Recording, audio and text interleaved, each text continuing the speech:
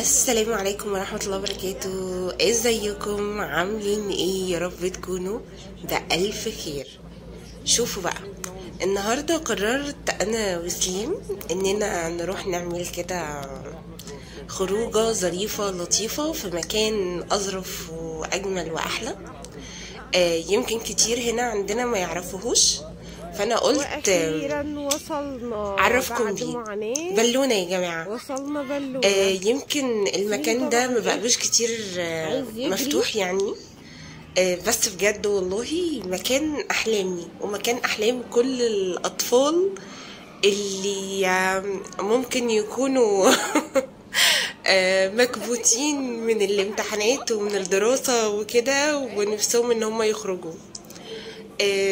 بجد بصوا، المكان ده اكتشاف، لان انا يمكن رحته مرة قبل كده ودي المرة التانية.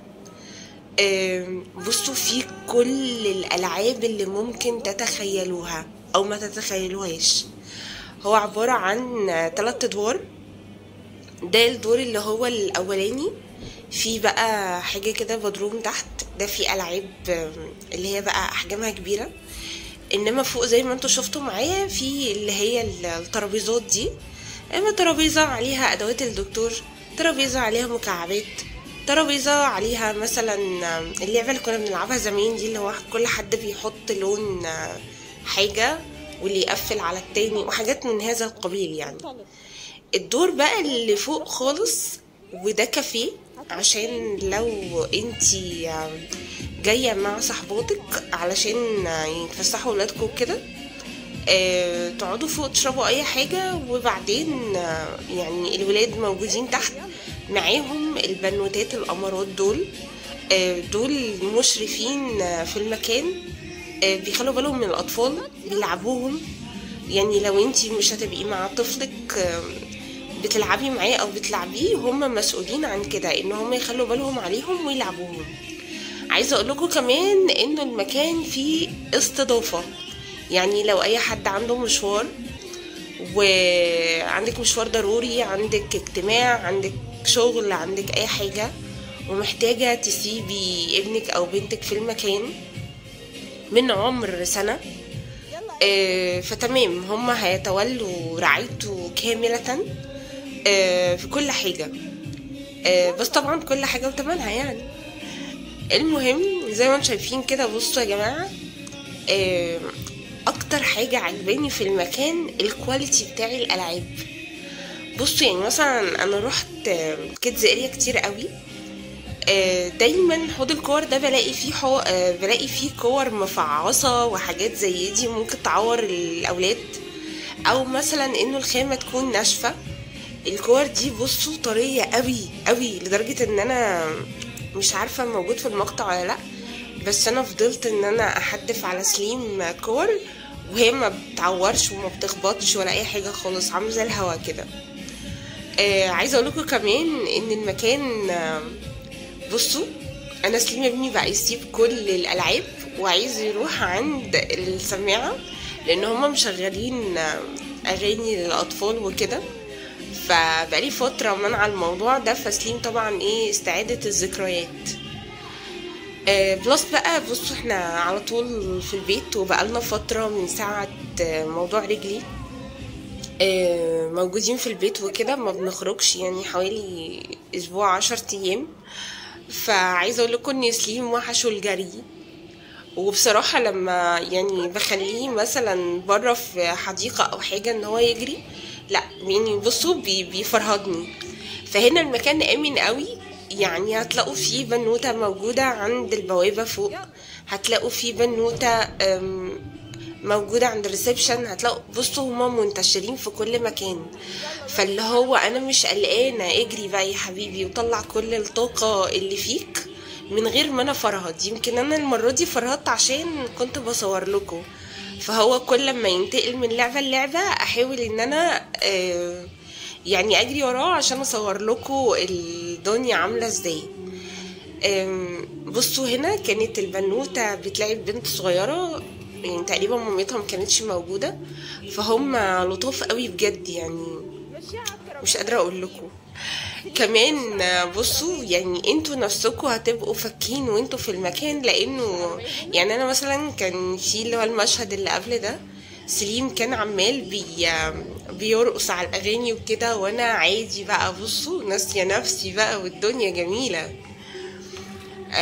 بصوا عاملين لهم جيم صغير. على فكره الحاجات دي كلها يا جماعه حقيقيه بس على صغير. عجبني قوي المطبخ ده، هتلاقوني مصوره لكم مرتين، في مره تانية هرجع اصوره لكم بالتفاصيل، لان هم حاطين حلل بجد، حلل ستانلس وطاسات وقلايات ومعرفش ايه، وهتلاقيهم عاملين حوض يعني هيكل حوض وكده.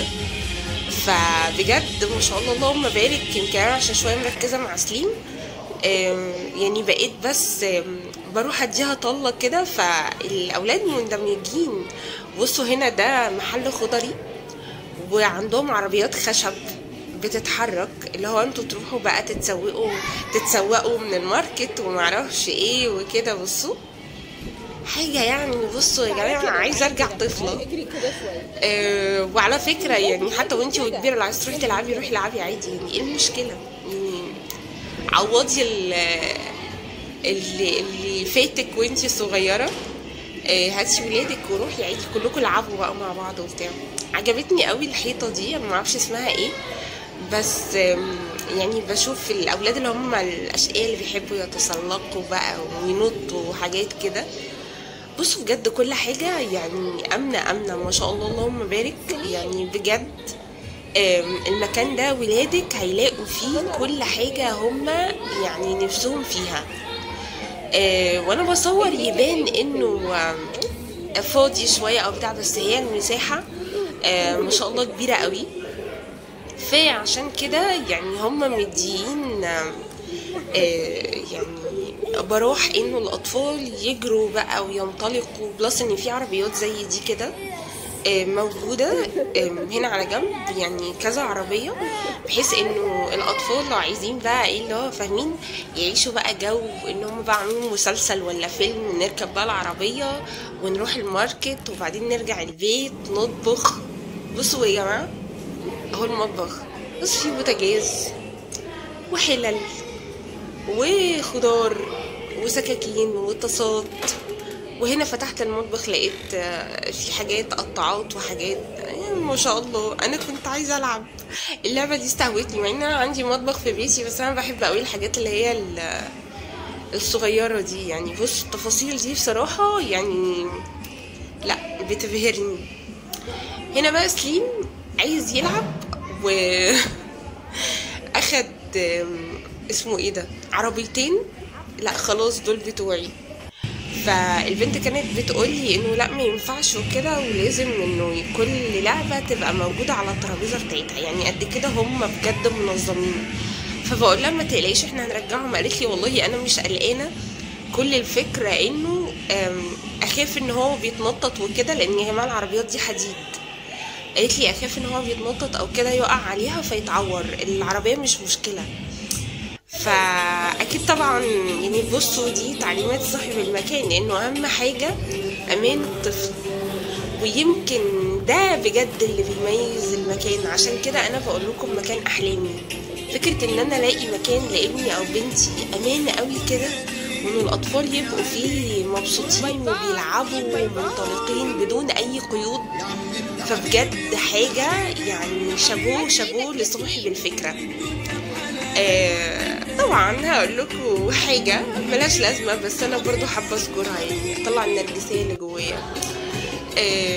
انا فكرت في المكان ده قبل كده، ما كنتش اصلا اعرف، يعني ما اعرفش هو كان موجود ولا لا، بس انا فكرت فيه ان انا اعمله، ويعني يلا الحمد لله حلال على صاحبه بقى. يعني ان شاء الله ربنا يقدرنا فيما بعد باذن الله اعمل مكان زيه يعني عندنا هنا في الغرب. طبعا قلت ما ضيعش عليكم الشكل الحلو ده، الليل بقى والقمر والميه والجمال ده كله. فلو وصلتوا لحد هنا ما تنسوش ان انتوا تعملوا لايك وشير وتفعلوا زر الجرس، وتشتركوا في القناه لو انتوا طبعا مش مشتركين. السلام عليكم في فلوج جديد قريب جدا ان شاء الله.